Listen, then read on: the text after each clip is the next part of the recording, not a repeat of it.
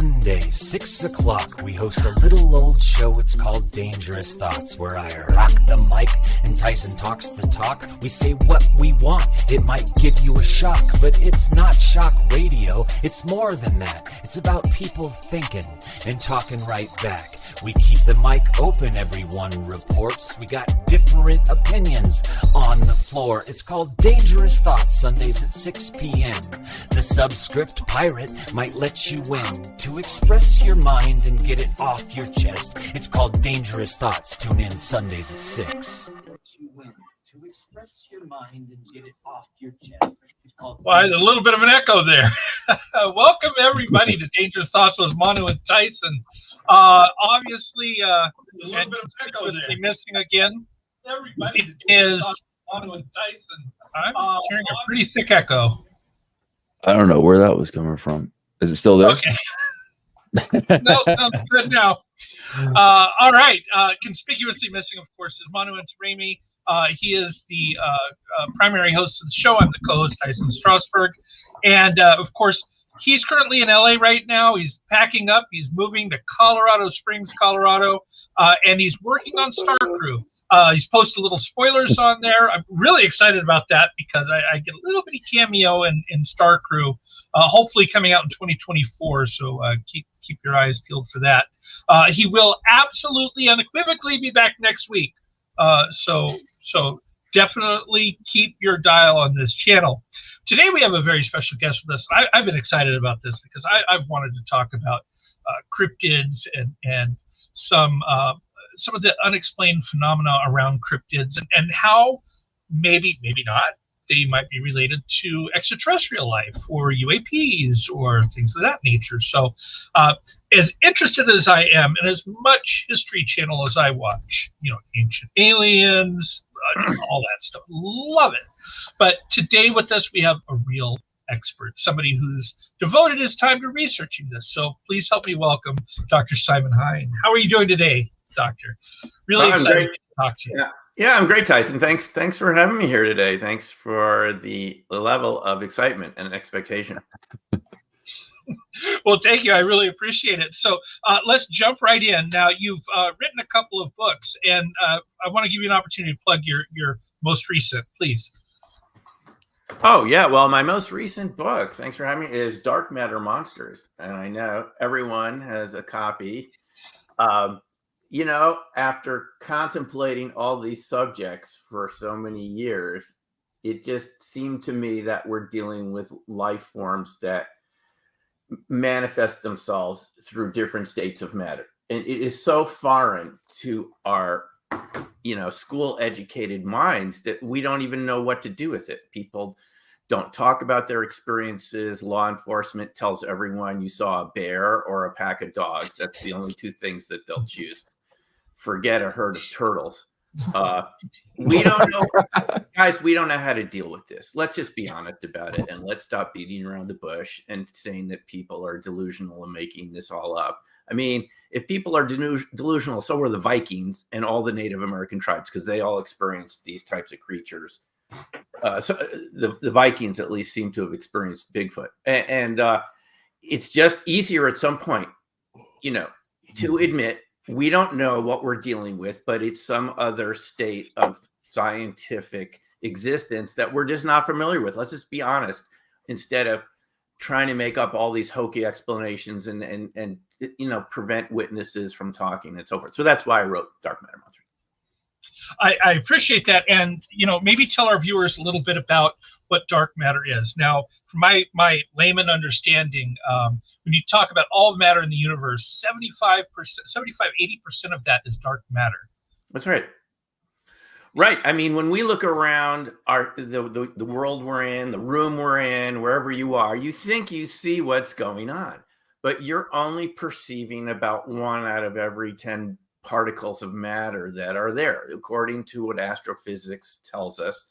This so-called double dark model, dark energy, dark matter, which makes up something like dark energy, whatever that turns out to be, is like 68% of the energy and mass of the universe, and dark matter is like another 35% or something around there. So what we're left with is what we perceive around us as physical reality is only 0.5% of what science tells us is the matter and energy around us. And I think it's just very reasonable to assert the idea that there are probably life forms that have adapted to this and may not be perceptible to our normal senses because they've learned how to occupy and interact with other states of matter.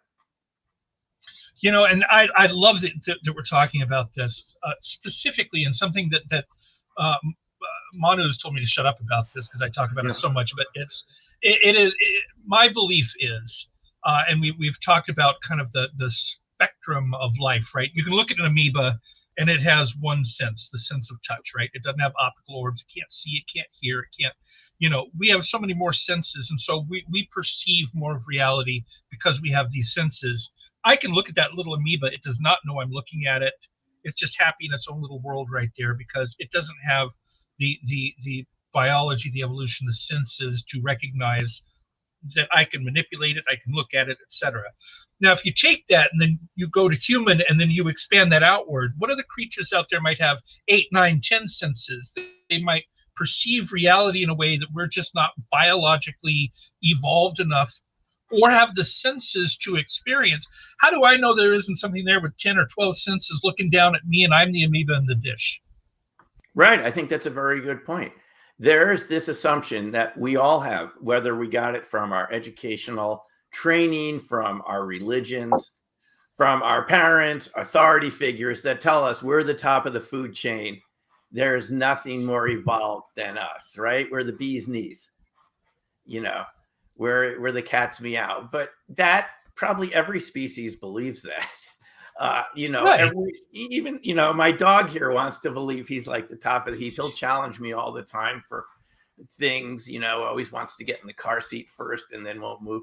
You know, it's just, I think it's natural for organisms and animals just to think I'm just sort of, there's nothing beyond my level of evolution, but there's no evidence for that. It's much more likely that evolution keeps going through different frequencies, you know, just using matter and chemicals in new and different ways. And I mean, it's just consistent with what we know from Darwinism and biology that nature is always evolving to give an evolutionary advantage to whatever species, according to Darwinism, randomly, you know, changes through mutations.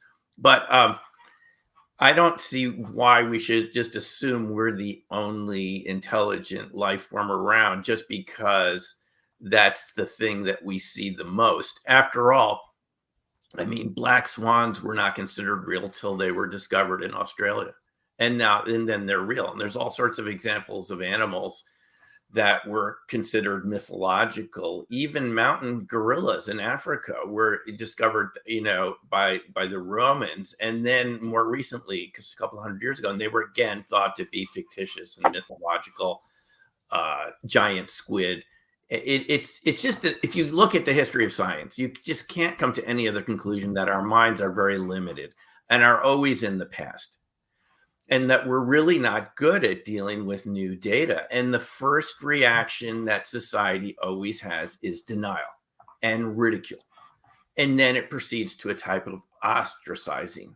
And we're dealing with this with the Congress right now with these UFO hearings where this keeps coming up, this sort of stigma that's attached to naval and Air Force pilots that have encountered what are now called UAP. I mean, we can change the language all we want. But the reality is even our Congress right now here in the United States is dealing with this issue. Otherwise, you wouldn't have had Chuck Schumer put the words non-human intelligence 20 times into an amendment in the National Defense Authorization Act, right. So even they know about it. And why would Chuck Schumer do that? Because he's probably been hearing witnesses for years, closed doors witnesses describing all sorts of entities and creatures and technologies that the public hasn't been told about that came out of the OSAP program and Skinwalker Ranch. You know, James Lukatsky wrote that book about it, Skinwalkers at the Pentagon. You know, the main thing, Tyson, is I don't think the public is being told anything about this apart from a couple of good books that come about it. it's still classified. That's why all these senators and Congress people are really up in arms. And you can see that they're talking about this, but we don't know what they're talking about because we've only seen a couple public hearings with very little information. Even Dave Grush, who I respect tremendously for coming forward, how many times did he say at the hearing about 2 months ago, I can only get into that in closed door setting. I can't, it's real, but I can't talk about it. So that's where we're at.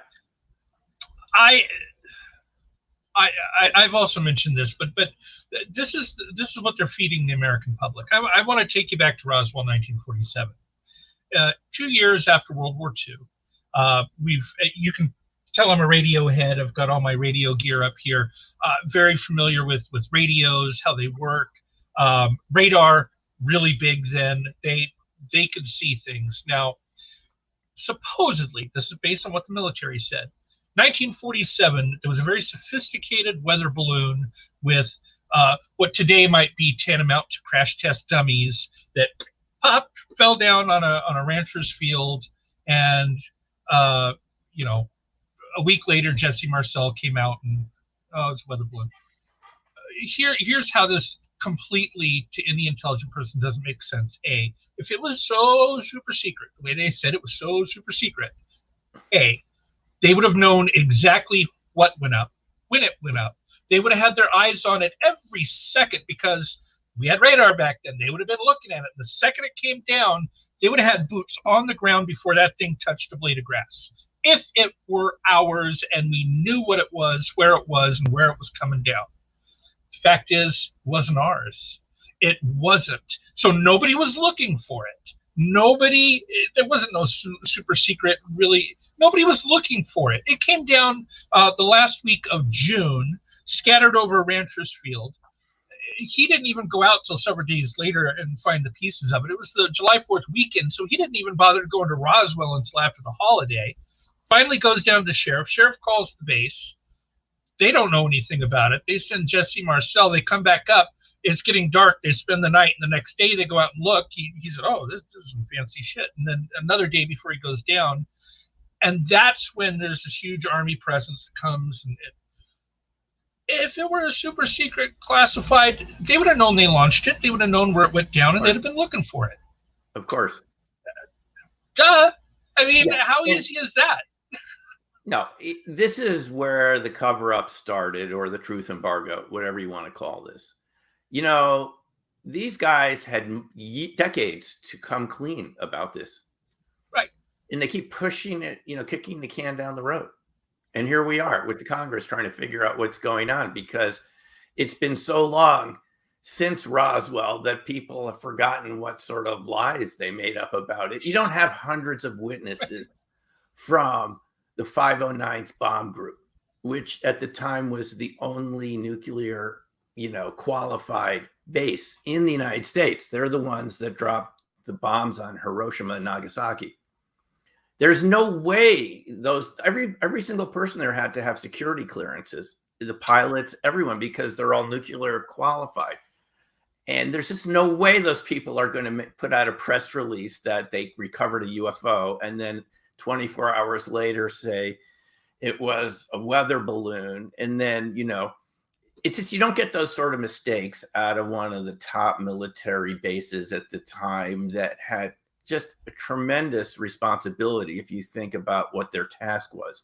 And they kept on a bunch of those pilots after World War II, which were the same pilots that flew the wreckage to Wright-Patterson. And I talked to a witness whose dad was one of those pilots, and she told me that he didn't even talk about it until 2 weeks before he died. In the hospital, he called each daughter in four, one at a time, to tell them that he had been afraid there would be reprisals against the family if he told about how important that wreckage was. I mean, having security personnel in the plane to guard the crates from pilots that could drop atomic weapons, and you're taking neoprene and balsa wood, and you're putting guards. They had to fly at a low altitude just so the guards, in the bomb bay could breathe all the way to Wright-Patterson. They went through Fort Worth, No, there is something much bigger going on. And this is, Tyson, the longer that you put forward lies, the harder it is in the end to tell the truth. And this is where we're at right now. But I think the shock is going to be that much greater, not just because of whatever intelligence is behind these types of technologies. It's just the fact that the federal government has not told us the truth for decades. And that is even more, almost more disturbing. I mean, the extent of the cover up. Because people were frightened to tell the truth. You had so many people. Schmidt and Carey have wrote a book about children of Roswell and so forth, if you ever read that. I mean, they intimidated kids. They told kids that they would kill them and their entire. Who does that? The U.S. military did this. They would find they told them their bodies would be found in the desert over balsa wood and rubber. Because, the weather balloon test, there were the mogul test, there were 8 of them before Roswell happened, and those were nothing special. I don't think they even recovered the materials. So what was so special about this if it was just another mogul balloon test? I think even a week or two ago, didn't the Air Force come out again with another explanation, saying it was some sort of, it was some mogul alternative explanation? Like, they just keep inventing the explanation of the year. It just keeps changing. It's insulting to our intelligence, because I mean, how stupid do they think we are? And I feel like there's a tug of war going on, right? They give and they take that. The government, frankly, and it surprised me, they said, here's some footage of unidentified craft, the gimbal video, the Tic Tac, we don't know what it is, and it's from the government. We say here it is, and then last week you have the NASA guy saying, but we think it's all of terrestrial origin. No, it isn't. I mean, back Blue Book, they couldn't figure out what it was. They couldn't figure out 20% of Blue Book.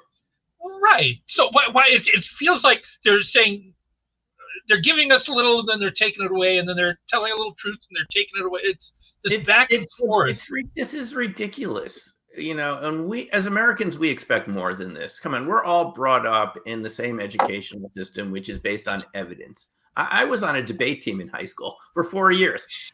I know about evidence and argument. And when you got the evidence, you need to refute it in a solid way. If you're going to win the debate, you don't win it by saying, I don't think it exists. Project Sign in 1948, around that time period, early 50s, had 60 cases that they said were unexplainable. How can Bill Nelson say now, well, we can explain? If you just look at this, a number of cases from the last year or so, but if you go back to the Air Force's own studies, going back Stein, Grudge, Blue Book, on and on, all the way to ATIP, and now there's something else. It was enough unexplainables to convert J. Allen Hynek into an advocate for the UFO truth. He was hired to explain it away, and he didn't even believe his own explanations about swamp gas. So for them to do this now is just it's a way to back out of history and go into some sort of bureaucratic fantasy land where you can just create new acronyms and just create new committees and do what Sean Kirkpatrick did. He said, you always want this to be SEP, someone else's problem. Well, I don't think, the American taxpayers are paying you good hard-earned money to make it someone else's problem. I mean, I don't know. I didn't grow up to believe that's the American way, is you just pass it on to someone else. You try to work it out. That's what science is. If Kirkpatrick's going to say we just want to make it someone else's problem, then he's saying we're just hired to do a snow job here on this. And I don't, Tyson, I don't think they're going to be able to get away with this much longer, just because we know that our senators and Congress people are hearing the witnesses. I was told by someone the other day who's been involved in organizing these, classified congressional witness hearings in SCIFs and so forth, these secure compartmentalized information facilities. He said it's been going on since 2017, the person that's been involved in organizing these hearings. So that's 6 years of one witness after another if they're hearing what I've been hearing since I've been involved in this area, since I learned remote viewing, back in the mid 90s, I mean, they must be hearing some pretty scary and weird stuff, because a lot of it involves time slips, strange effects on your health and psychology. And even, Jacques Vallée, I was talking to him once, and he said one aspect that we never hear about in this UFO contact is that the witnesses have these precognitive sensations before the encounter, or afterwards they find that they have more sort of psychic sense or ability, right? Which really suggests a change in space-time, which would be consistent with these beings involved in, dark matter, other states of matter, and so forth. The person who wrote Close Encounters of the Third Kind, supposedly, it was based on a true story. This was based on truth. There was even supposedly film of something like this happening, and they were going to give it to, I forget, a reporter or a filmmaker, and then at the last minute they decided not to. Right. One of the best UFO documentaries still to date is that government documentary produced by Robert Emenegger, who worked in Hollywood. And it was called UFO. You can see it on YouTube, UFOs. It Has Begun. And then they did a second version of it with Jacques Vallée covering the cattle mutilations. And it was renamed UFOs Past, Present, and Future. And it's filmed in the Pentagon with Colonel Robert Friend and a couple other Pentagon officials. Right there in the Pentagon, they talk about psychic functioning with extraterrestrials and CIA people learning how to communicate. And if you look in the credits of UFOs, Past, Present, and Future, who do they thank in there? NASA, Air Force, all the different alphabet soup agencies, because it was funded out of Norton Air Force Base in California. Those are the Air Force paid for this film, and it was about to be released in movie theaters, we're told. And just before the release in movie theaters, they pulled it back. And it's a very serious film. It goes through all these different encounters. It goes through the encounter over Mansfield, Ohio, that National Guard jet helicopter that was, I think it was pulled up a couple thousand feet by a UFO over it. Really good encounters. And it's produced by the US government. And this is in the 70s. So, I mean, they have kind of gone forward and then they pulled back. It's anyone's guess exactly why they do it. But this is an Air Force, NASA funded, serious UFO film. You can watch it right now on YouTube. And it takes the subject very seriously. It has some really good footage in there of some craft landing at Edwards Air Force Base and so forth. So that might be what you're referring to, that film. I think it is. And I intend to watch it after the show, by the way. The tug of war, so I've been told by people that I know, is kind of twofold. One, the reason that they feel like they're going to have to come clean eventually is because of this. Everybody walks around with a camera now, which we didn't used to, obviously, in the 60s, 70s. We're very lucky if you caught a very blurry picture of something that could have been anything. Today, we have my iPhone 15 is in the mail right now with the telescopic zoom and everything. Right. So 3 times, 5 times zoom. Right. That's what we need. This is why, because eventually there is going to be somebody who's going to catch one of these things up close, nice, clear, and it's going to be very hard to defend against. But one of the reasons I was told that they keep it secret, twofold. One, they're scared of panic. At least back, you think of War of the Worlds or Wells, and you look at that reaction, you might think, oh, is that how people would act if they find out there's extraterrestrial life? So that's one reason why the government might be hush-hush. The second reason is if you're going to reverse engineer a captured craft, then to have an advantage over your competitors, Russia, China, Japan, whoever, you might want to keep that information secret. Exactly. So I think those might be the reasons why the government is. You got it. That is exactly what I would say, Tyson. On one hand, you have this possible panic if we learn that extraterrestrials are already intermixed with the human population, but they're blended in and you don't know who they are. That's a big possibility. we heard in the past from Robert O'Dean, and I talked to him about this, that he had seen a thick NATO report, one night when he worked at NATO headquarters in Brussels, I believe, and he said that one of the species, there were only 4 that they knew about at the time.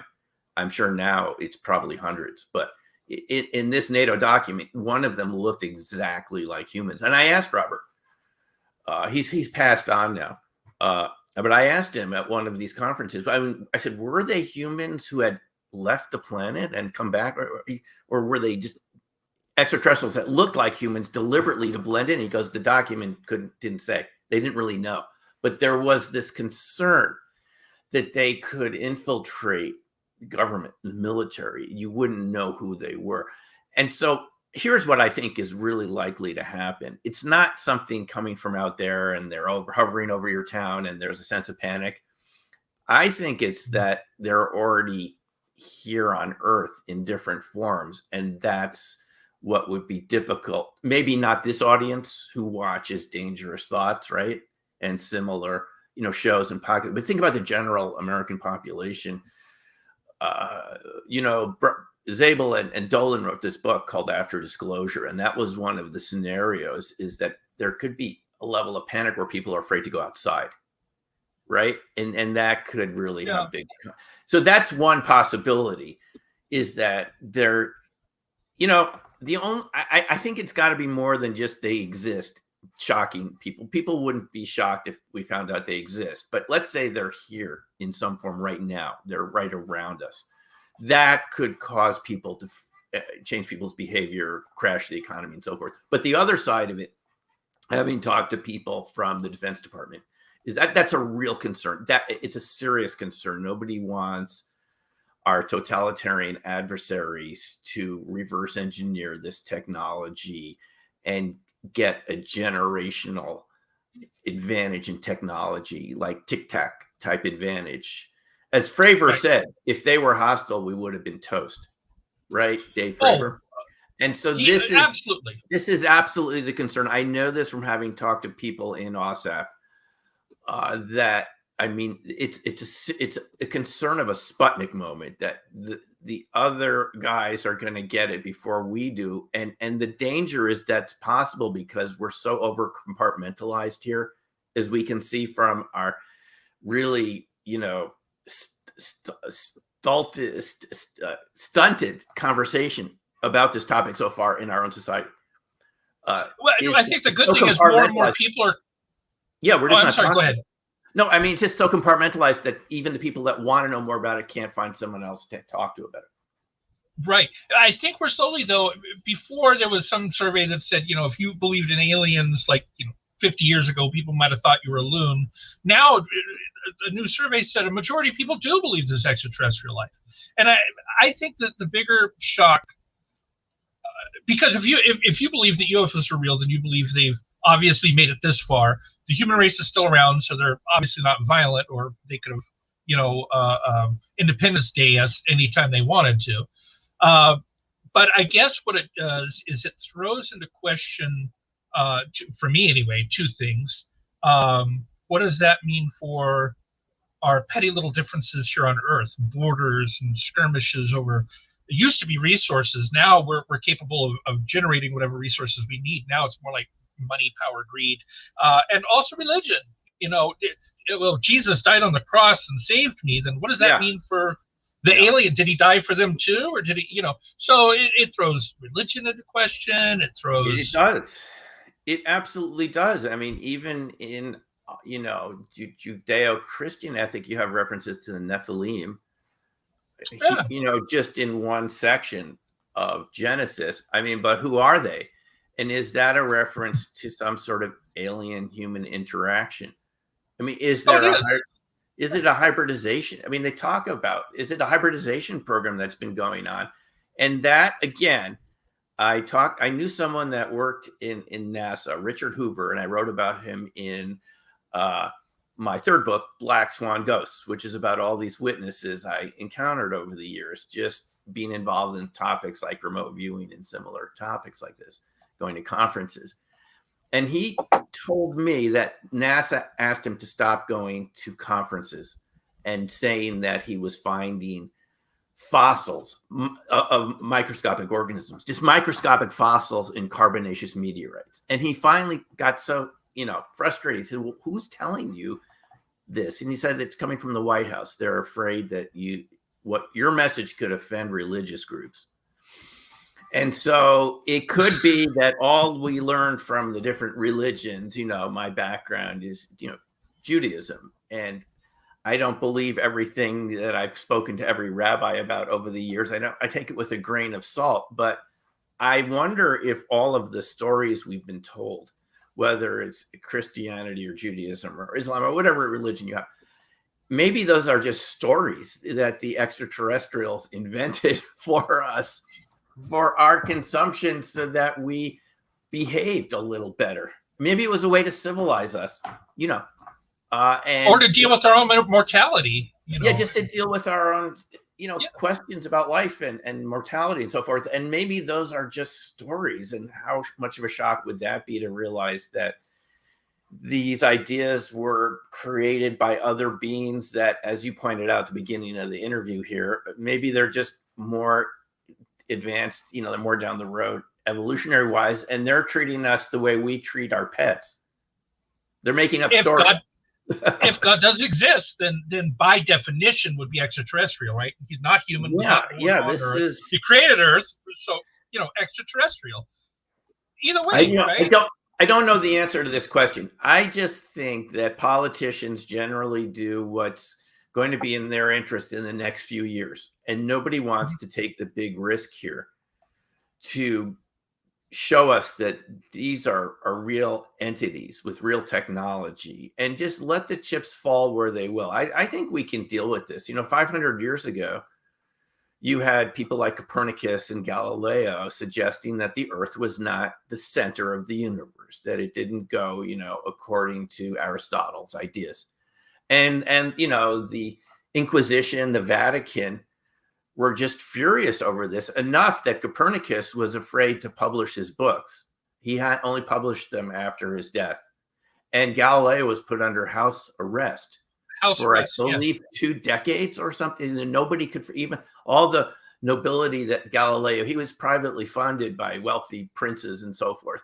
Nobody could get him out of this house arrest because that message was so threatening, that we're just another planet amongst many, that we're not the physical center. And this is, I think, another step, Tyson, in this sort of gradual thought process, is to realize we're not the center of everything. Just like we're saying at the beginning here, we're important in our own way. We're unique, but that doesn't mean that we're the only life forms like this. And we may be just one of millions of billions of types. But religion seems to adapt to new truths. So now I think the Catholic priests, the monks, whether you're Islam, Jewish, Christian, it doesn't matter. Everybody believes the Earth goes around the sun now. That's, religion just had to suck that one up and concede that is just the way it is. But you're right. 400 years ago, that was blasphemy to suggest such a thing. Blasphemy. 400 years before that, the Earth was flat. Right. Religion changes to meet new discoveries, and I think it's going to have to change again when we realize we're not alone in the universe. And science too.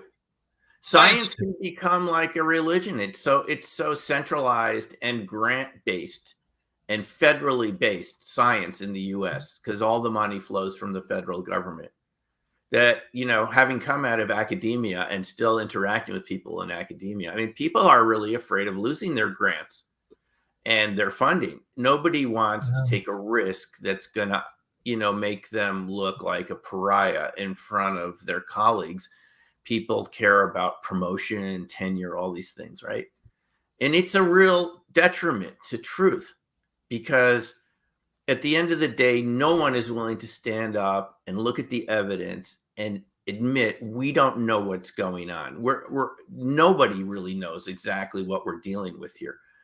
But we've been there before. I think, this time when we realized that we were just going around the sun like other planets. I mean, it wasn't the end of civilization, but it certainly changed the strength of institutions. I don't think that the Vatican ever really retained its power from that time period. But that's the nature of our planet, is institutions come and go, but they have to adapt to reality. Otherwise, we're just like flatlanders, from Edwin Abbott's book, Flatland. He wrote in the 1880s, a parody of Victorian England, where the elites know that it's a multidimensional, three-dimensional world, but they tell everyone it's flat because they don't want the upheaval. And I think that's sort of where we're at. And I think we can handle it. We can handle it because we've got, shows like this. We've got audience asking questions. We're going to process this. We're going to have each other to support each other, to rely on. It's not going to be like, War of the Worlds, but it could be for some aspect of the population that hasn't wanted to deal with this. But I think it's going to be worse for the elite institutions that have been engaged in a cover-up. I'm not the only one to suggest this. This isn't going to make them look good because they had the opportunity. I mean, just look at the Condon report from the University of Colorado, in my hometown of Boulder. I mean, Condon and his committee could have done the right thing. They could have reported about the UFOs over the nuke missile stations, Maelstrom and Minot and others, and admit that was a really a mysterious, strange, potentially dangerous situation. If something's, initiating launch sequence codes has happened a few times in the Soviet Union and the US, or making the missiles all shut down, just kind of tampering with them. I mean, they could have done the right thing. And instead, they just said, well, there's just nothing to see here, move along. And you had half of the Condon report committee, resign over this. Yeah. But I mean, so there have been opportunities along the way to get this going in the right direction. And everybody wants to play it safe. And I think it's not going to make these professional institutions look good when we realize they've been part of a cover-up just for the sake of job security. Somebody has to spill the beans, like David Grush did the other day. Somebody has to take that type of risk. You have to have more people come forward and say, look, I'm an American, I'm a patriot. I don't believe in lies and deception. It's not the American way. And if you have enough people, you do have enough people to come forward. Congress now has to have the guts to hold hearings so that we can hear from these people. I mean, the witnesses are there, and it's just a question of assembling the evidence. And let's put it out there, and we'll deal with it, and we'll move forward. Otherwise, we're going to have a Sputnik moment, and China or Russia or Jamaica will figure this out first, and we'll become a second-rate nation forever. The truly scary part of what you said right there was Congress has to have the guts, because if that's what we're waiting for, we're in for a long wait. Congress has displayed over and over they don't have the guts. I think the other thing, and I want to shift and talk about cryptids for a little bit, but the one last thing is, I don't know how I want to phrase this. Well, you know what? Let me noodle on that, and then I'll come back to it. Let's skip to cryptids, because I think this is kind of tied in, right? We have some of this phenomena, this unexplained phenomena, isn't necessarily UFOs or aliens, but it's sightings of things on the ground, humanoid-looking things. And, is it Chupacabra? Is it Bigfoot? Is it Sasquatch? Are these things linked? Are they completely separate? Are there dimensions? There's matter and antimatter. Is there an antimatter universe somewhere? And where there's dark matter, are we the dark matter, and the dark matter unify % of this other stuff that we are? I mean, is there like a mirror? I don't know. There's so many questions. Portal, time travel. No, these topics, spot, Doctor. No, it's very good questions. I'm just pausing here because it's such a big topic. But yes, the truth is these phenomena are connected. It's called overlapping phenomenology, if you want to know the academic term for it.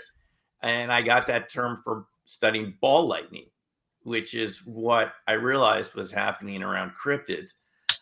And the overlapping phenomenology comes from cut and dried ball lightning scientists who admit they can't explain why some of these ball lightnings seem like orbs that seem almost conscious, following people around through their house or down the street. So yeah, the cryptids are connected to UFOs because often in areas where you have a UFO wave, you're going to get cryptids too. And the person that really taught me the most about that was Stan Gordon, who I actually got to meet about 20 years ago at the UFO crash conference run by the Woods in Las Vegas.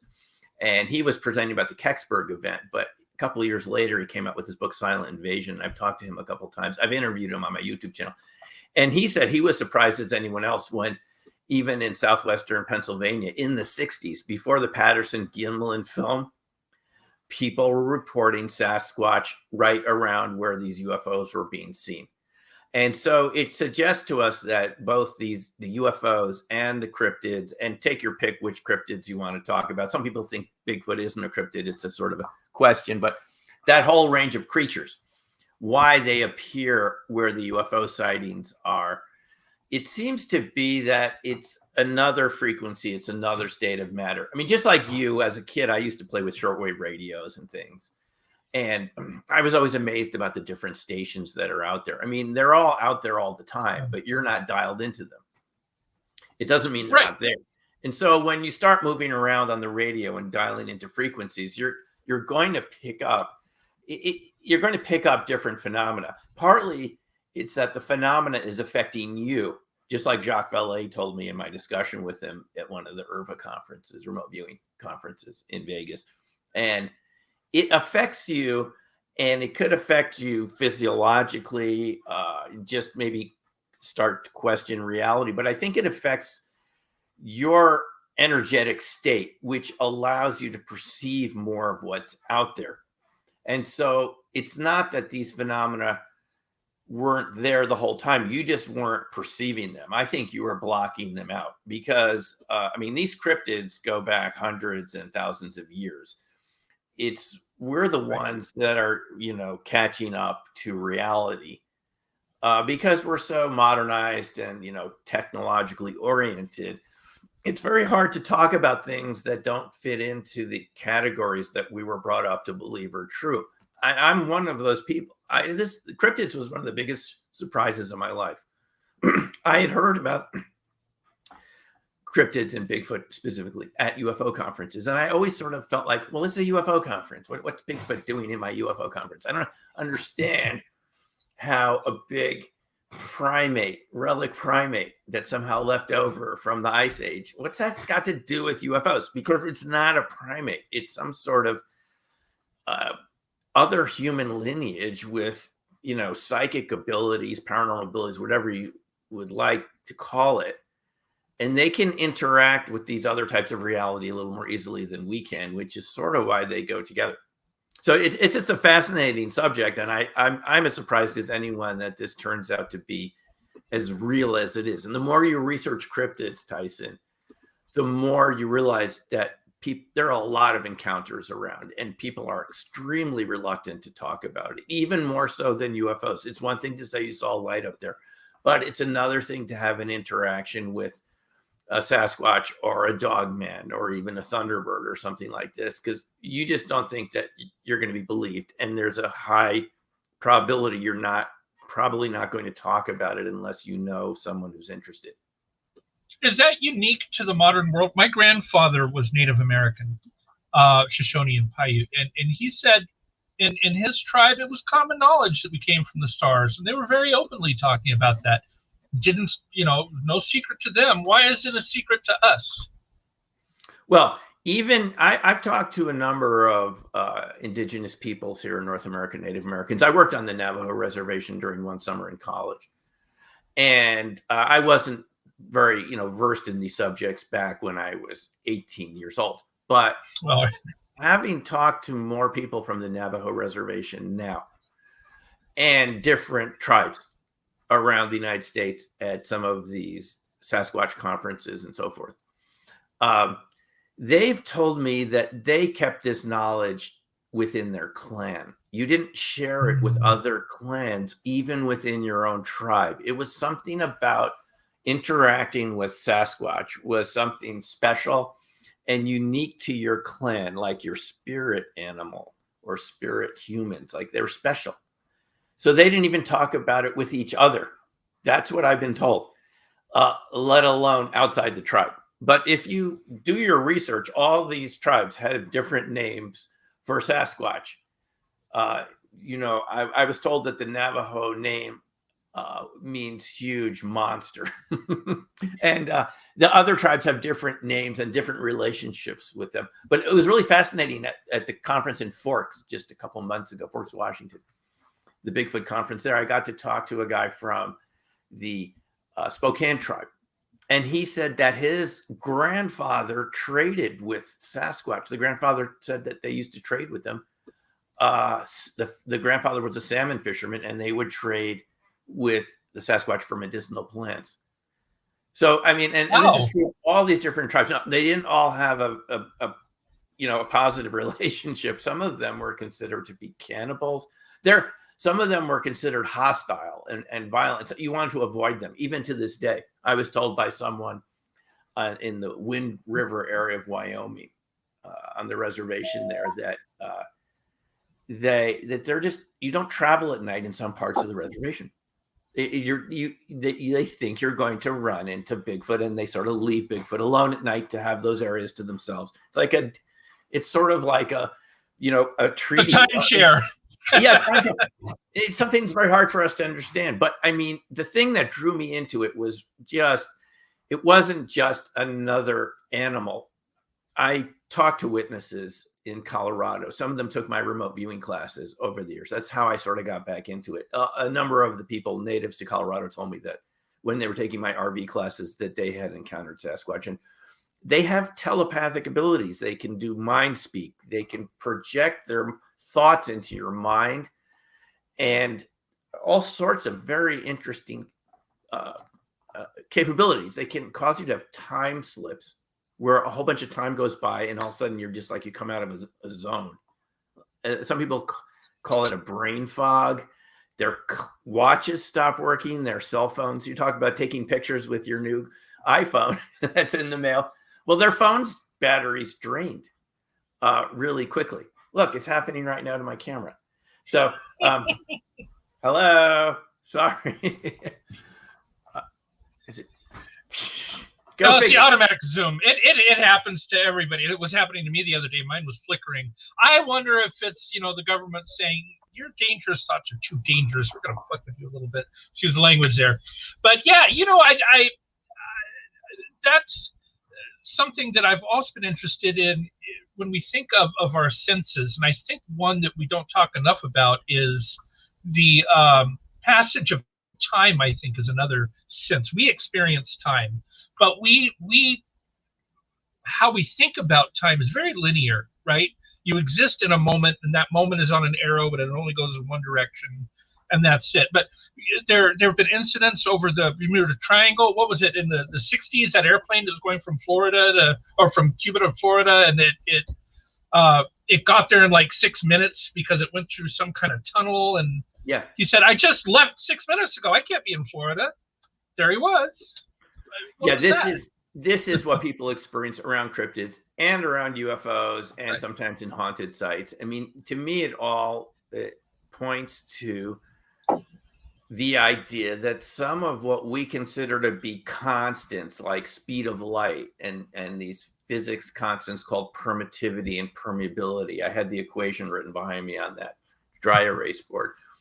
I mean, we know from the analysis of UFO metamaterials, from the people I've talked to who've analyzed these materials, and I've talked to 4 people now, all of whom signed NDAs, so it's hard to really get them to say very much. But what we know is that these materials can change the permittivity of the vacuum, and that means that speed of light is now variable.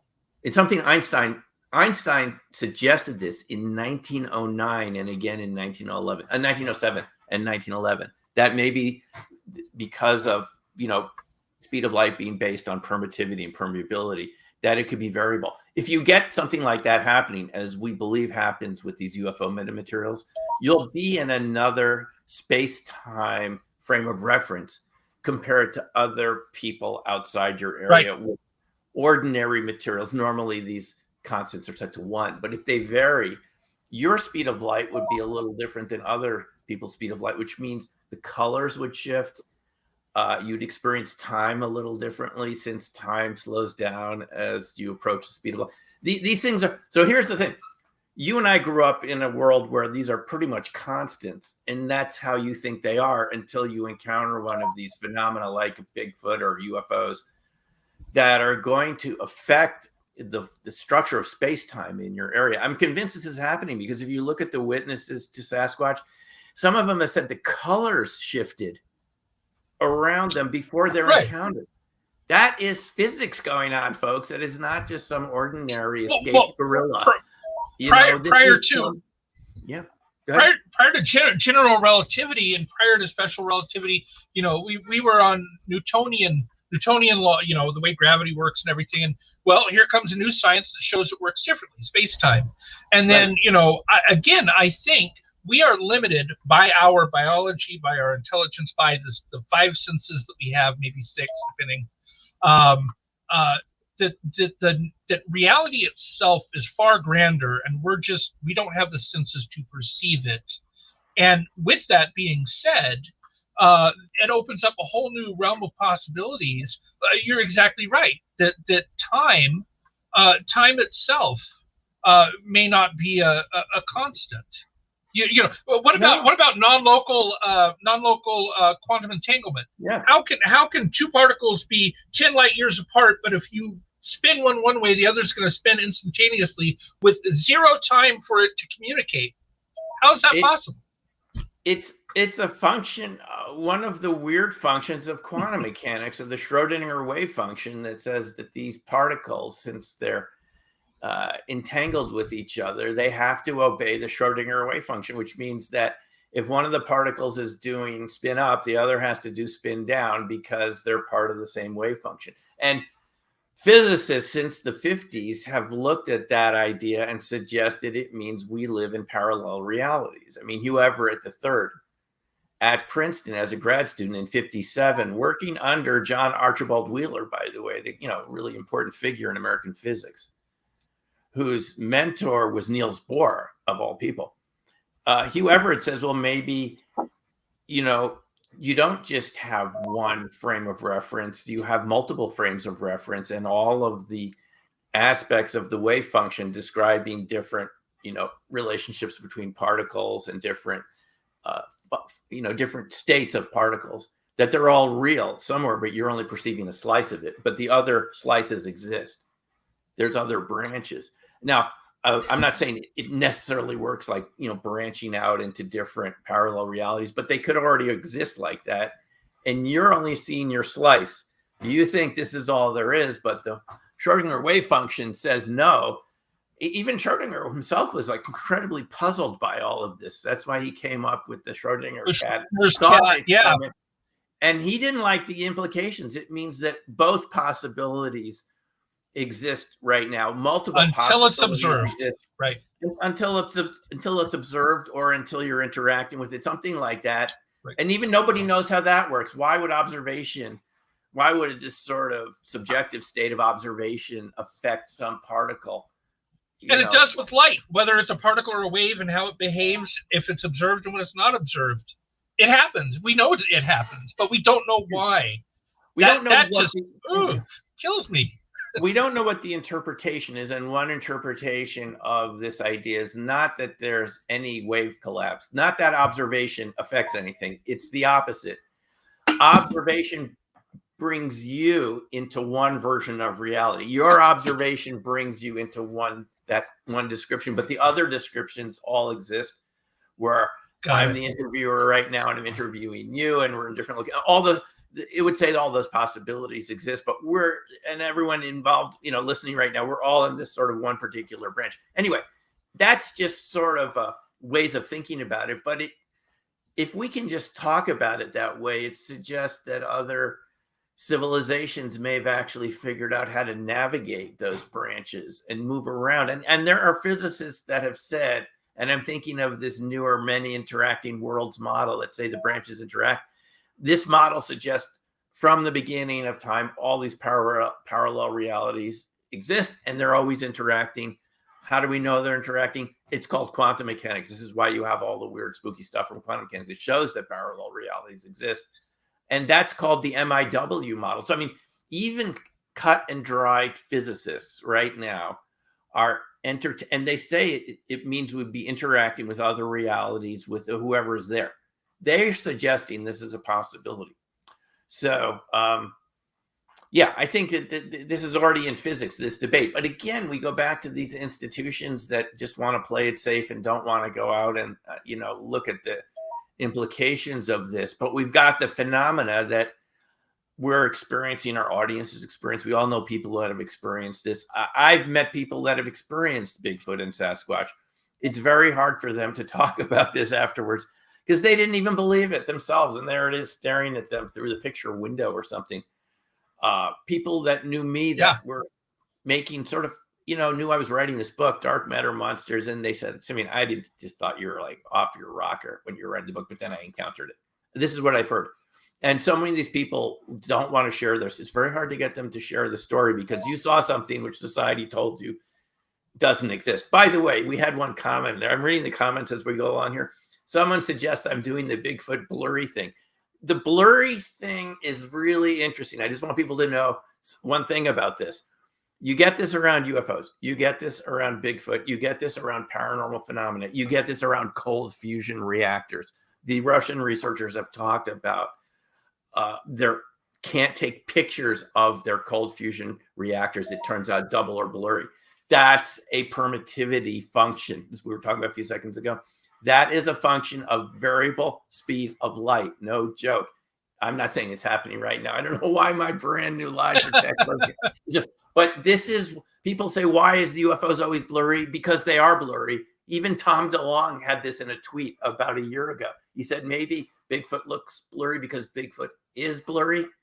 I think Tom figured it out, or someone told him. Bigfoot is blurry because they're in a state of variable permittivity. And so are UFOs, and so are ghosts. And this is why we're always taking heat. How come there's no clear photos? Because they're blurry. They're inherently blurry.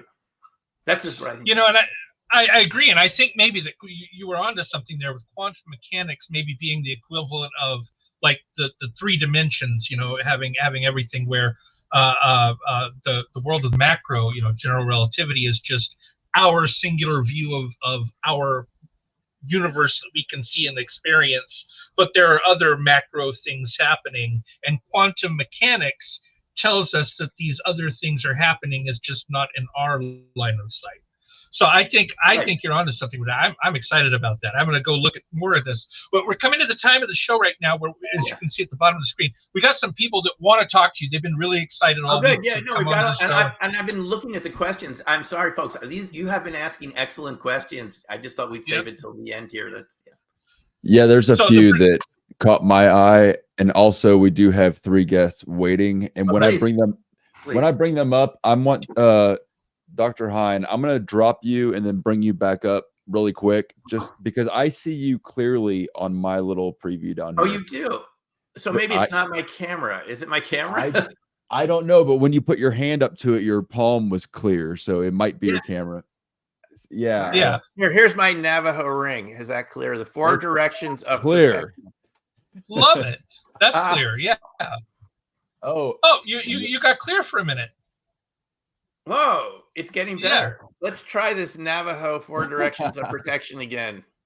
Yeah. And I will go ahead and bring up Dave, Katie, now you're clear. Hey, it's some Navajo magic. It is. Wow. I got to remember this. I got to thank the artist. This was from the Open Minds UFO conference outside of Scottsdale in 2015. So. You're going to have to tell him, by the way, that fixed my camera. And if anybody questions it, this is recorded. They can come back and watch this show. That was a paranormal event right there. That was epic. Little turquoise and silver fixed the camera. Yes, good.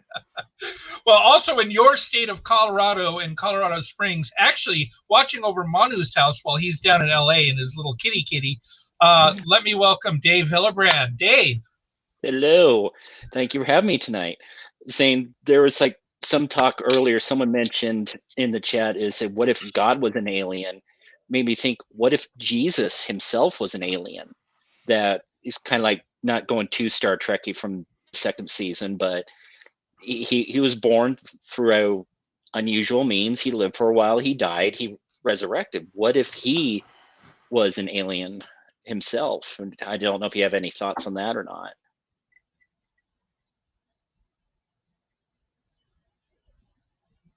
Who was that to? For me or Dr. Hein? Dr. Hein. Oh, okay. Guys, I can't hear Dave. What? Oh, you can't. Oh, Hello? okay. Let me reiterate what Dave said. Apparently there's a connectivity issue here. Dave was suggesting that what if God, and by extension, at least in the Christian faith, that Jesus Christ himself was possibly either extraterrestrial or a hybrid, like a Nephilim. The Nephilim, by the way, in the Bible, both Old New Testament, the Judaic Christian religion, supposedly was the angels and humans procreating, and the offspring was the Nephilim. But even if you took that in a more general text, extraterrestrials and humans procreating, could Jesus have been, or other? I think there's a big possibility that Jesus was a hybrid, extraterrestrial, something like this. If you look at all of his abilities, and you just take this literally, it seems that he had ability to manipulate space and time and permittivity and all these things we've been talking about. And but his message was, of course, that what I can do, you can do too. So this would be how other species would be teaching us to learn and expand and grow, is to send someone that looks like us and have these abilities and sort of teach them to us. So, yeah. See, I didn't even think of that until today. Can you hear Dave yet, Dr. No. Hein? No, okay. We're having a connectivity issue. I can see Dave. I can see you gesticulating. I just can't. I can't hear you. And Dave, you need to learn sign language for us, please. Anyway, all right. Well, the signs I know wouldn't be appropriate for the channel. Dave said the signs he knows wouldn't be appropriate for this channel. All right. We'll come back to you, Dave. Hopefully, if we bring on another speaker and then bring you back, Dave, that'll fix the connectivity issue. Let's go to Katie. Katie is coming to us live from England. It is like, it's 3 in the morning where you are, Katie? Yes, it is. Oh, God bless you for being with us today. I'm always awake. First, Dr. Hein, can you hear Katie? No, but I can see her fine. What is that?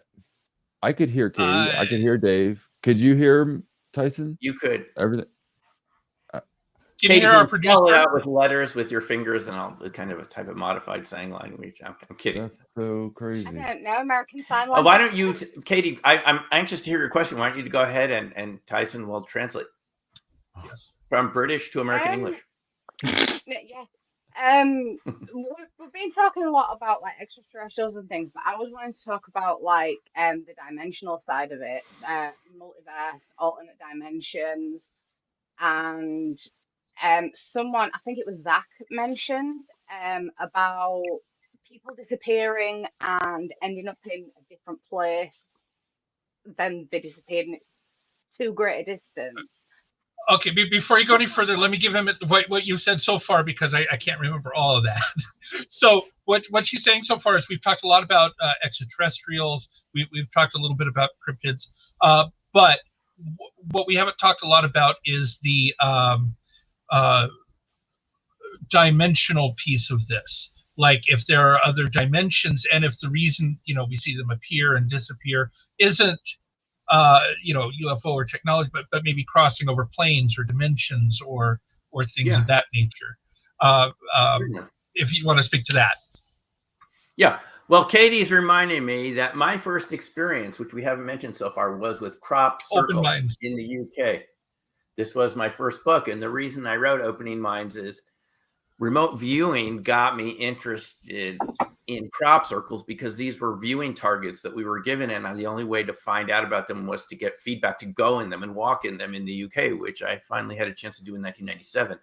That's where I started seeing the battery failure, the camera failure, time slips, all of the same things that we see around UFOs, and as I've learned more recently, around cryptids and Bigfoot. Time slips. Yeah, and that must suggest that our sense of solidity is an illusion.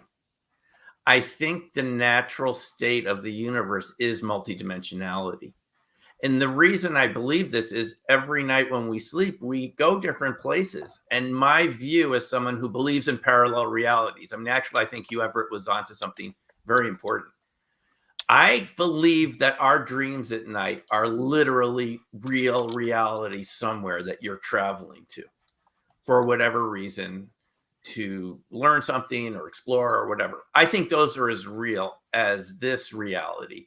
It just doesn't have the same solidity.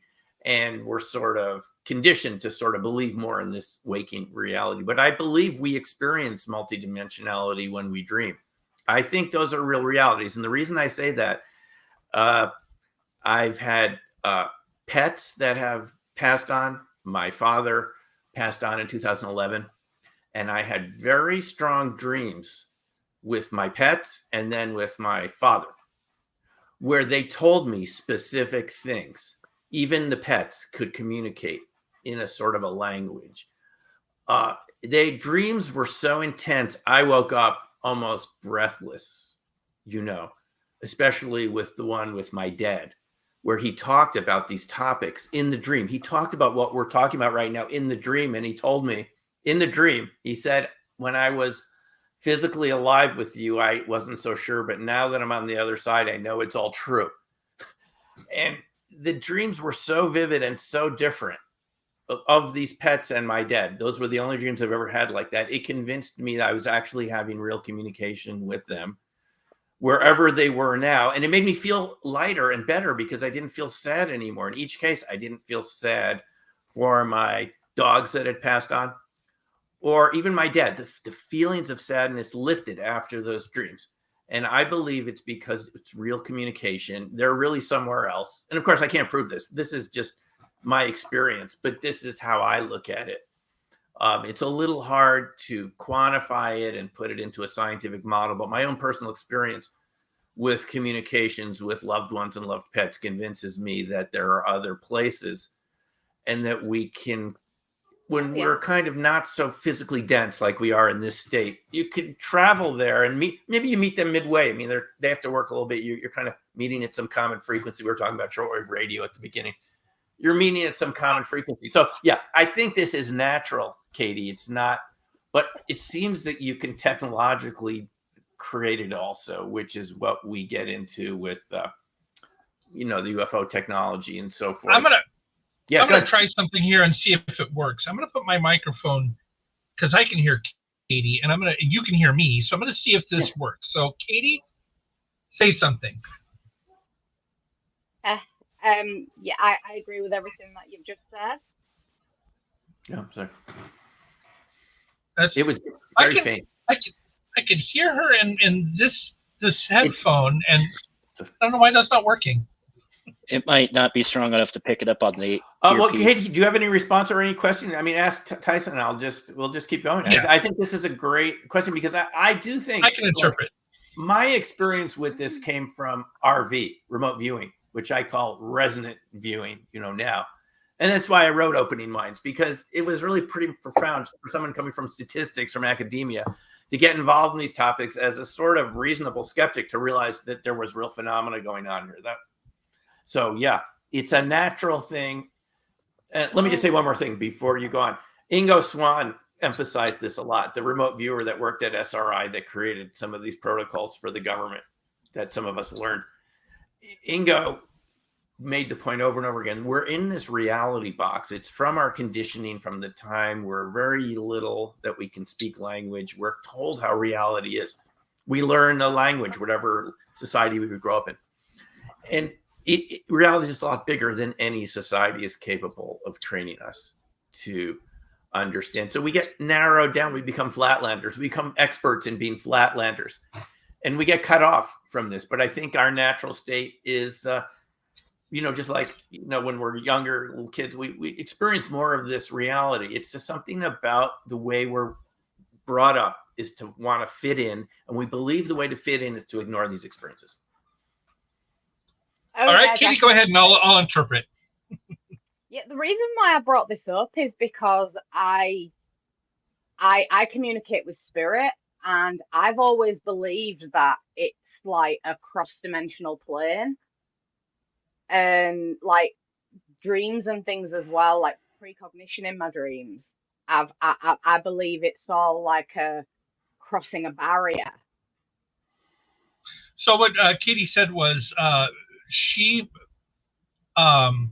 is able to communicate across the barrier. I'm sorry, say that one more time. I missed the very first part.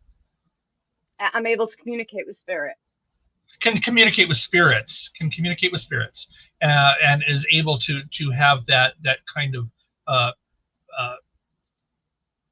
what's the word? Not telepathy. Yeah, maybe telepathy. Having that communication. With spirits. Right. The sixth sense. The sixth sense. Yeah. Yeah. I'm convinced, having read many books about this, and so this is not something that I personally experienced a lot. It was only times, during sort of emotional distress. I normally don't experience this type of communication. But reading books by like Harold Sherman, who was an early, adventurer, explorer, and someone interested in psychic phenomena. He wrote a book called The Dead Are Alive, and other books like this, where you have this communication where it seems that there is no other way that the person that's in our world alive now could know that information where something is hidden. But they say they had a dream, they communicated with their loved ones. The loved ones said, "Oh, I left something in this box, key or something important." And I've read many cases from Harold Sherman and other authors,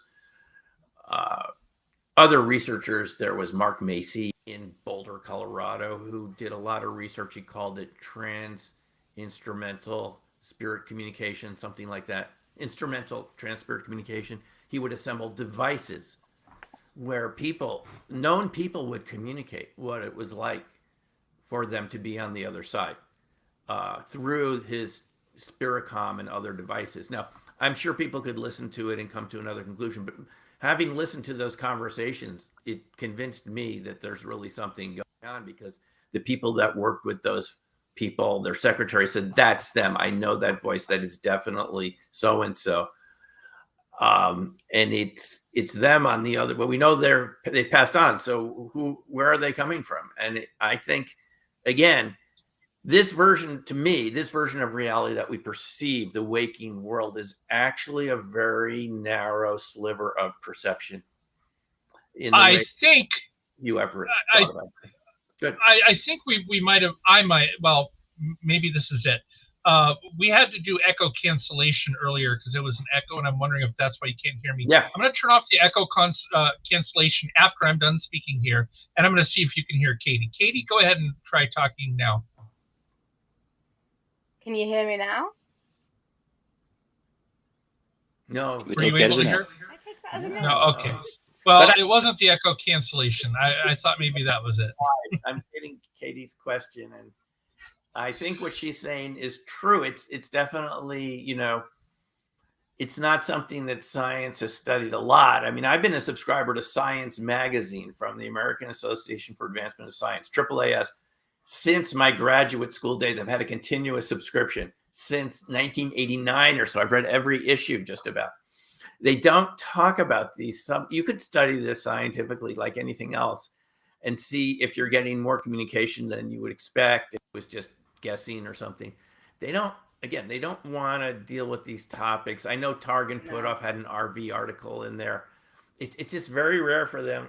You get a letter occasionally about the UFO, UAP subject. It's very rare for them to want to look into this. But my personal experience, having talked to researchers, is that these phenomena indicate that we live in a multi-dimensional universe, even if many people choose just to have a sort of monodimensional experience, which is fine. Everyone has a choice what they want to experience during their lives. They don't want to go this direction. But I don't see how you could have had the experiences I've had and many other people have had in their lives unless there's a lot more going on around us that, just like Tyson was saying, just at the beginning of the show, we're just not perceiving it.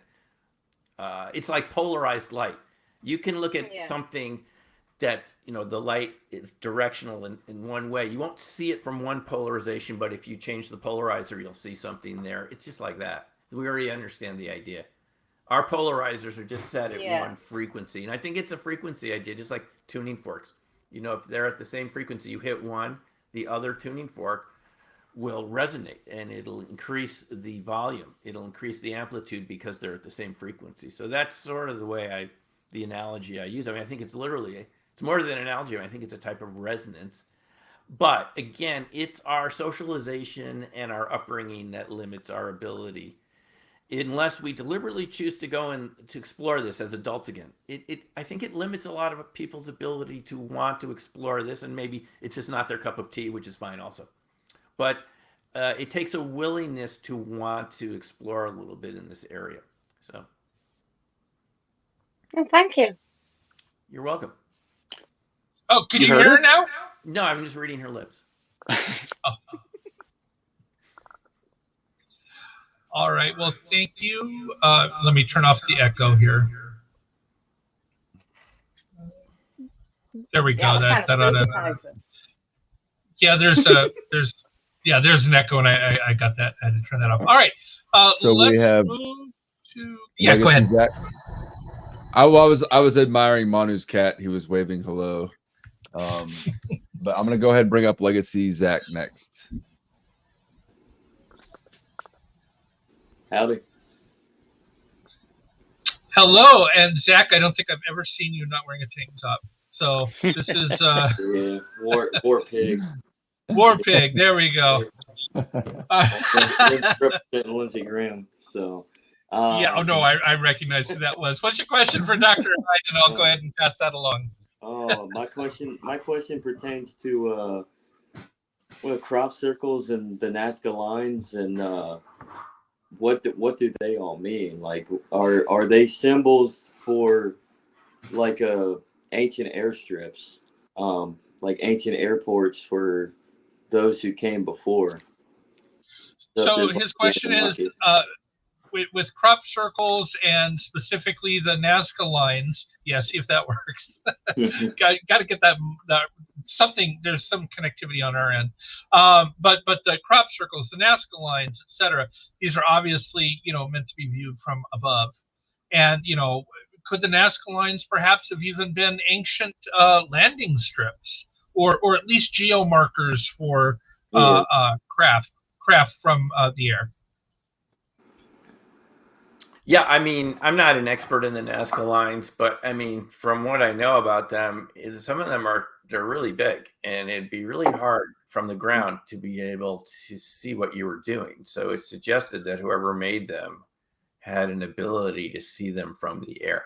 So it certainly, raises a lot of questions like that. I mean, crop circles are designed to be seen from the air, but as I pointed out, and I've said this many times, there are human circle making groups that made these because they know what they're going to be looking like from the air. It's a visual sort of thing. But even the man-made ones had really strange effects on cameras and batteries. Even ones we made with the farmer's permission as experiments. We put up a sign, we're doing a science experiment. We would get these really weird effects on cameras and batteries and laptops and so forth. So that really has to do, apparently, with the way that the stalks are resonating in the same sort of direction and frequency, creating standing waves. There was a scientist named Gorbanikov, as I've learned recently, who wrote about the cavernous structure effect, about the ability of hollow tubes and things to resonate a certain type of energy that interacts with water and things from the ground to the atmosphere, and create these very sort of coherent energetic effects, which seems to be part of the reason that crop circles have the ability to affect our electronics, which is, again, it's the last, again, having worked with radios and assembled Radio Shack Keith kits as a kid, to see that stuff go, blank, just stop working in around something as inert as wheat is just, when you see it happen multiple times, you go, wow, how does something like wheat, actually do that? Is it the piezoelectric effect? Is it these kind of standing wave effects, the helicity? It's just absolutely fascinating, and it definitely opened me up to a lot of other possibilities of metamaterials, topological insulators. This is the thing. Whatever you think about crop circles, it led me to the study of metamaterials. How could ordinary materials affect space and time and light and electromagnetics?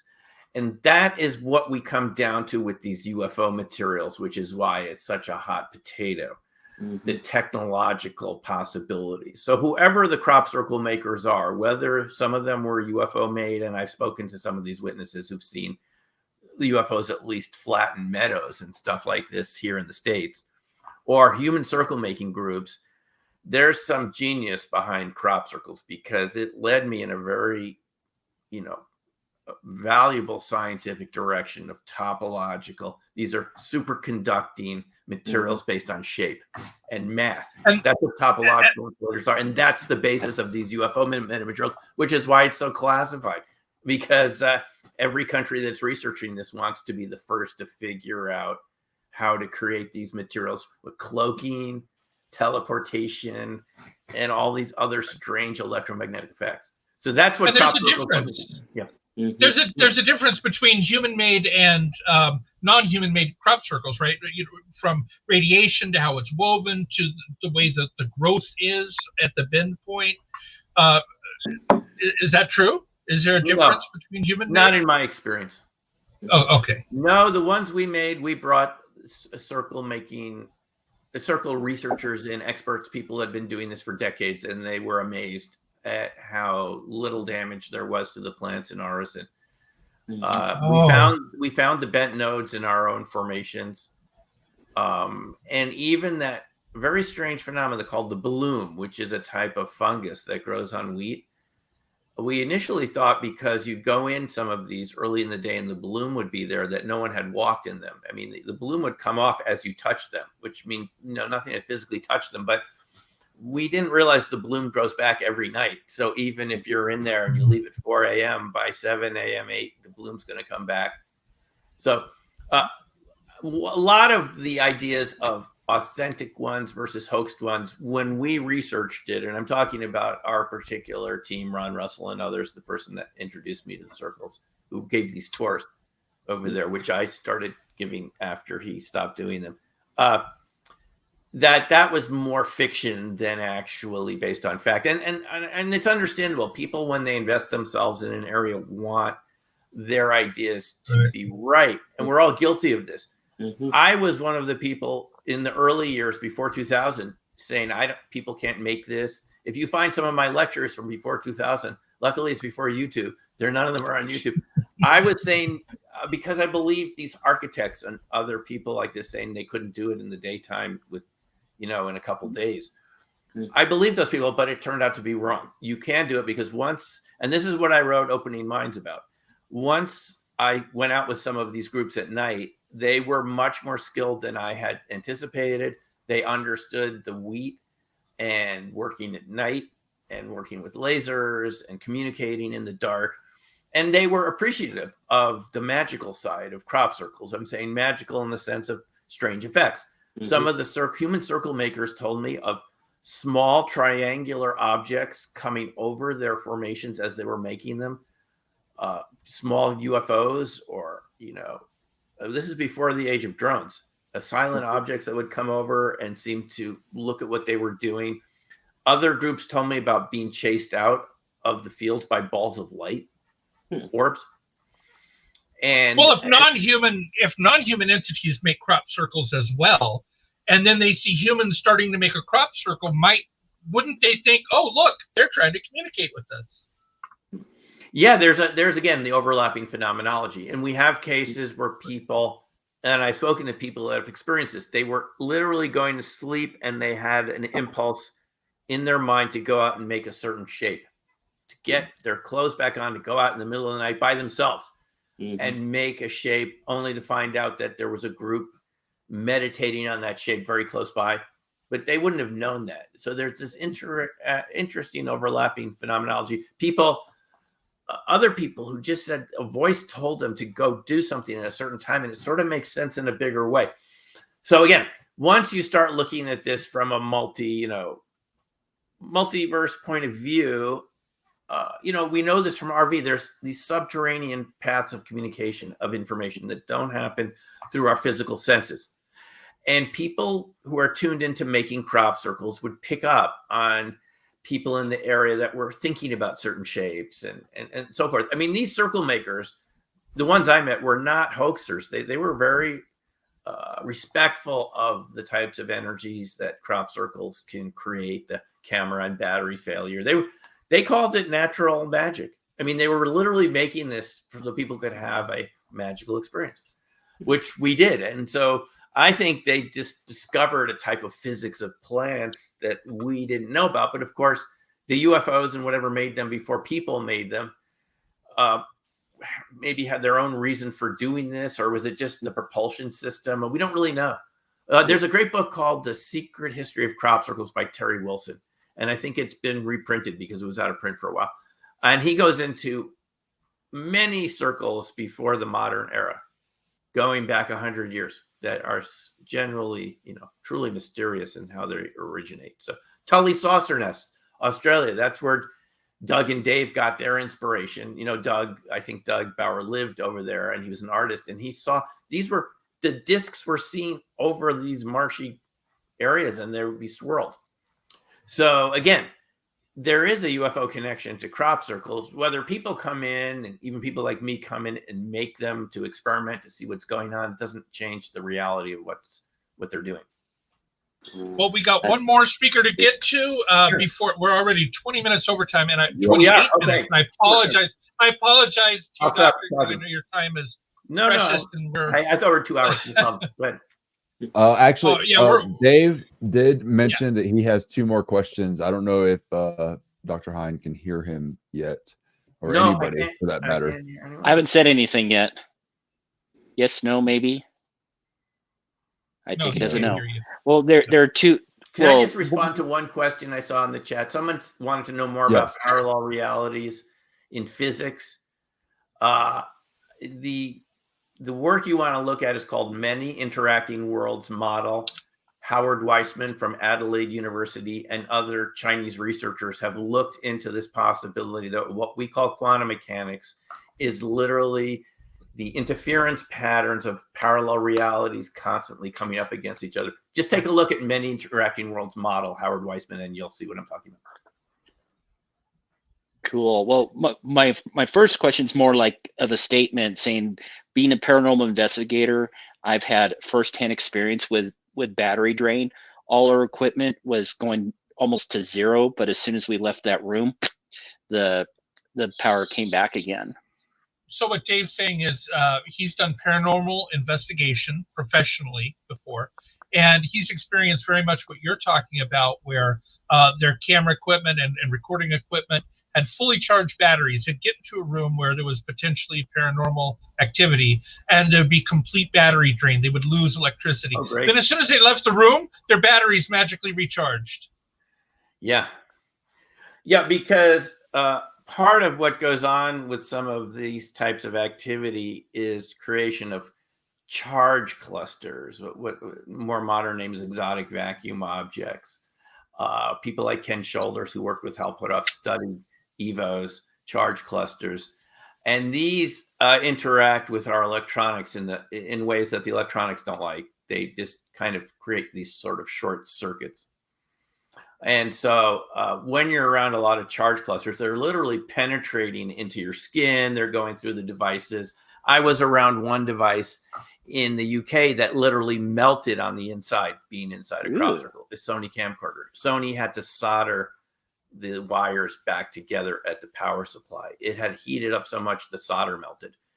Wow. And that's from being put down on a crop circle. So, I mean, I've seen the effects of this on my equipment. And exactly like you're saying, Dave, some of the people I talked to, and I've talked to so many people in the crop circles about this, they said their cameras and batteries started working again when they left the circle or the next day. Some people told me it took weeks for their devices to come back. And that's because we know that charge clusters, which is, you know, the basis of ball lightning, orbs, and cold fusion, and so forth. It all seems to be the same sort of thing. They can embed themselves in metal, a conductor. The Russian and Soviet researchers found this. For days and weeks, they're active in the metal for days and weeks. And while they're active, it's going to affect the operation. And then they just sort of, they can come apart and dissipate, and it comes back again. So it's really interesting phenomena, Dave. I'm glad that you've seen it for yourself. It's one of the strangest things. But I have to caution people, when you are around these phenomena, we don't totally understand all the health effects. I was over at Phenomicon in Vernal, Utah a couple of weeks ago, and a woman gave us just a short presentation by video of having been at the blind, south of the Blind Frog Ranch, up from Skinwalker, in that area between these two ranches where you have these paranormal phenomena happening. And she got very sick being in the presence of an orb. She was just filming it, and she said she had some real health consequences for quite a while from being around this orb, apparently. So you do want to be a little cautious. I wouldn't just be seeking these things out, because we don't totally understand the radio, the electromagnetic emanations from these, and if they're in the X-ray range and the microwave range, it could affect you in adverse ways. And that's documented in Skinwalkers of the Pentagon, also, the book by ionizing and non-ionizing radiation. Yeah. You got to be careful. And the second one was like there's talk about the Bermuda Triangle. What is your familiarity with the Alaskan Triangle? So he said there's a lot of people know about the Bermuda Triangle. It's very popular in pop culture. What do you know about the Alaskan Triangle? Well, I guess I don't know enough about it, because it's not totally popping up in my mind, unless you're talking about a lot of the UFO phenomena up there, missing people and so forth. I don't know a lot about the Alaskan Triangle. The Bermuda Triangle, now that you're talking about it, Dave, I did read a book about it as a teenager. So I think that was one of my early influences, learning about these subjects even as a teenager. But I don't know specifically about the Alaskan Triangle. Do you want to fill me in a little bit about it? Oh, I don't know a lot about myself. And before she starts to squirm away, this is Brew. So this is Brew. This is Manu's cat. Okay. And Dave says that he doesn't know a lot about it himself, which is why he was asking just to see, Dr. Klein, if you knew anything about it. Well, you get these areas. Okay, we've all heard of Skinwalker Ranch, but, at the Phenomicon, I learned of Blind Frog Ranch, another place with a lot of strange phenomena. There's also Marley Woods. Ted Phillips talked about this a lot. He's passed on now. He was J. Allen Hynek's assistant. He did those trace case landings and so forth. And he died, he's presented about Marley Woods in southern Missouri, equally strange, if not more so, than Skinwalker, with these orbs and explosions and strange gravitational effects as these orbs would move around, things starting to float. And there's also Bradshaw Ranch in Sedona, right? A movie just came out I just saw about the Bradshaw Ranch. At Phenomicon, it was previewed. And there's areas near the Yakima Reservation in Washington. And I know, having talked to someone who's been at Elbert County in Colorado, another area. So it seems to me there's certain areas where you're going to get more of this type of charge clusters, exotic vacuum objects, condensed matter, just because of the mineral composition of this. I'm just suggesting one possibility, something about the area there that creates, you want to call it a vortex energy, a phase singularity. Phase singularity means the particles will be at the same frequencies, creating coherent matter.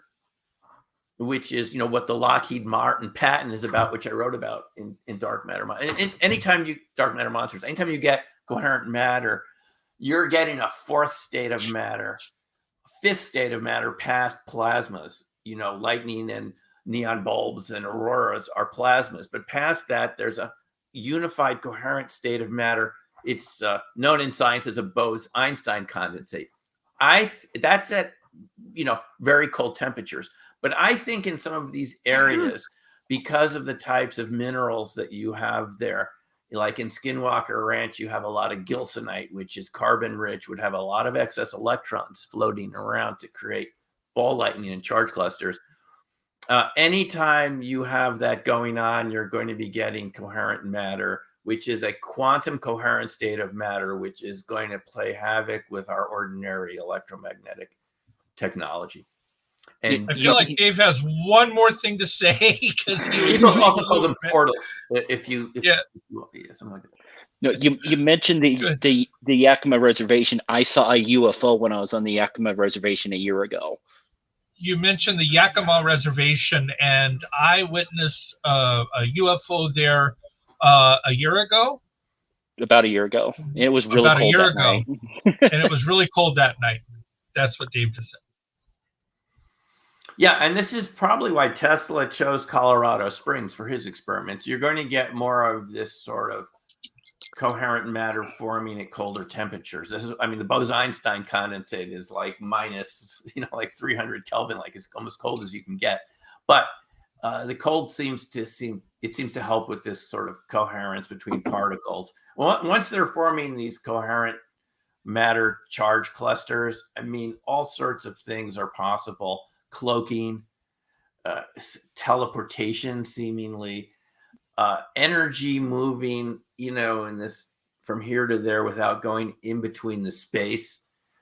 It's basically a type of resonance, and this is what you get in this is what I think is going on in some of these areas. And I'm not just talking about resonance like sound. We're talking about resonance that can affect the EM spectrum and the fields and do things that we don't normally see in ordinary spaces.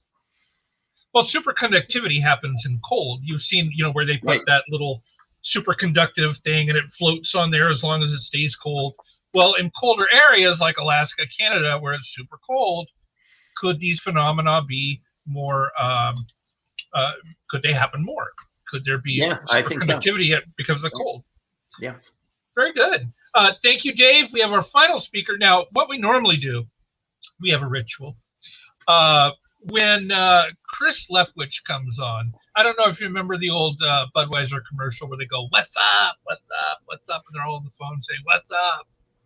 It's from a long time ago. Anyway, that's how we welcome Chris Leftwich with the "What's up?" So, Cassie, when you're ready to bring up Chris. I'm ready. Here we go. All right. What's up? What's up? Everybody does a "What's up?" Okay. He's our last speaker of the night. So, Chris, I know Dr. Hein can't hear you, so tell me what you want to ask him. I'll translate. Yeah. Real quick on the technical side, I can hear Dave coming through on the computer, but I can only hear Dr. Hein and you through the earbuds. So, Cassie, don't know what's up there. Anyway, so Chris said he can hear myself and Cassie through the computer, but he can only hear you, Dr. Hein, and Dr. Hein. But coming through the headphones. Dr. Hein is coming through the headphones, me and Cassie, but he can only hear the other speakers on his computer. Yeah.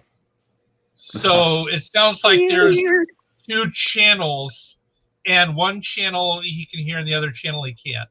Right. Anyway, that's Go Cassie's figure. area. Right. Anyway, he said I can hear everybody. Okay. I can hear Cassie and Tyson. So. Okay, go ahead, Chris, and I'll tell him what you said. Okay, yeah. Number one, great show, love it. Everything, all that. I was going to ask about ice circles. If Dr. Hein's ever heard of those, they're like crop circles, but they appear on ice. I haven't seen a lot of them, and some of them appear on ice that's too thin to walk on. And I was going to ask if he's looked at any of that or. So, Dr. Hein, he said with regard to, first of all, very great show. We really enjoyed hearing you. He's very tired of hearing my voice. And second, you've done some great explanation with crop circles, but have you ever heard of ice circles? He said that he's heard a lot about ice circles, and in some cases, these ice circles, designs on the ice, are made on ice that is too thin for somebody to come out and walk on. Have you heard of anything around ice circles?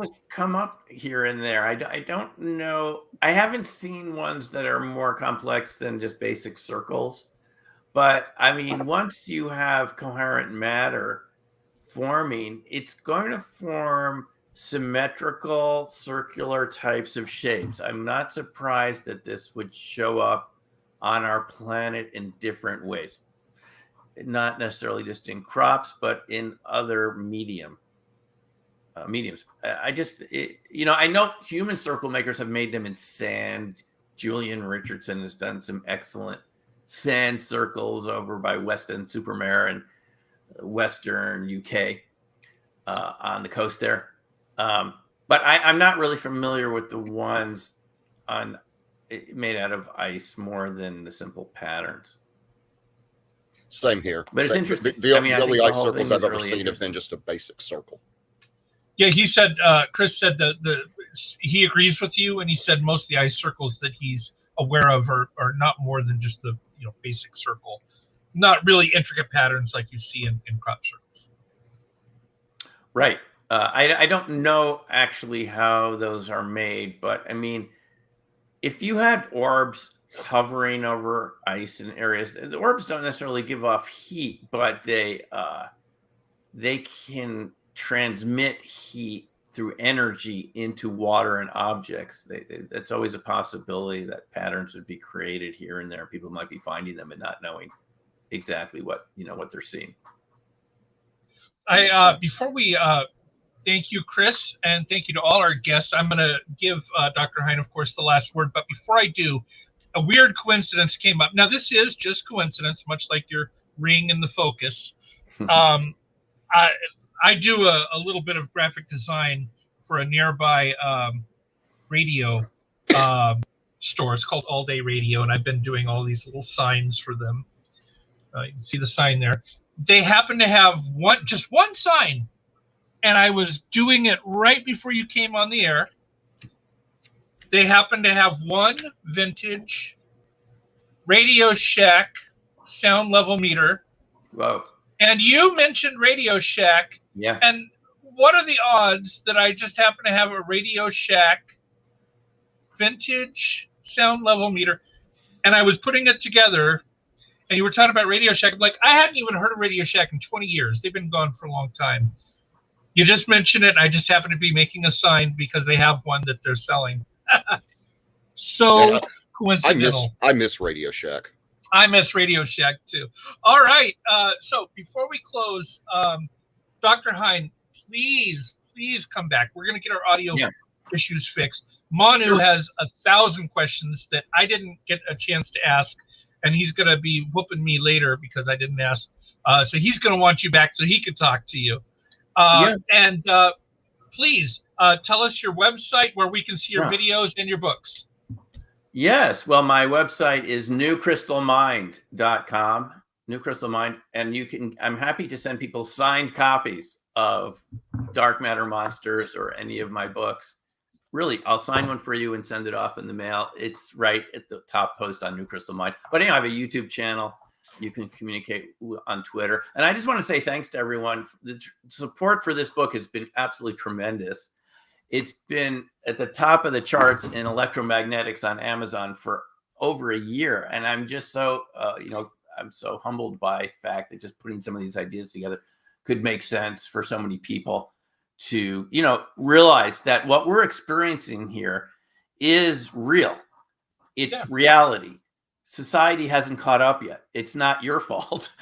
That I talk to people every day, and I'm telling you, society hasn't caught up. But it doesn't mean these phenomena don't exist. They're not waiting. The Earth was always round, even before they knew it. Right? Thank you. That's the point. And it takes a lot of courage for all of us and guts to stick with this, but you're going to find that it was worth it in the long, because these are all going to be topics that turn out to be real. They're going to be, ratified, and, they're going to be legitimized after a while. And you're going to thank yourself that you stuck with it instead of doing what a lot of people tend to do, which is just, conform and fit into whatever the topic of the moment is. So, have confidence in yourself and your experiences. And we will see that there's, a bigger reality out there, and it's going to be very gratifying to participate in it. I really appreciate that. I'm very excited. I will be writing you for a signed copy, and I will buy that book. Sure. I can't wait to read it. All right. Thank you, everybody. Thank you for joining us on Dangerous Thoughts. We will be back next week, I promise, with Manu. And I'm going to connect with Dr. Hein and see if we can get him back on a future show, because I could talk about this for 3 or 4 hours. Somebody's going to have to shut me up. I love this stuff. Thank you, Dr. Hein. Thank you so much. Thank you. We'll see you all again next week. Bye-bye, guys. Dangerous Thoughts.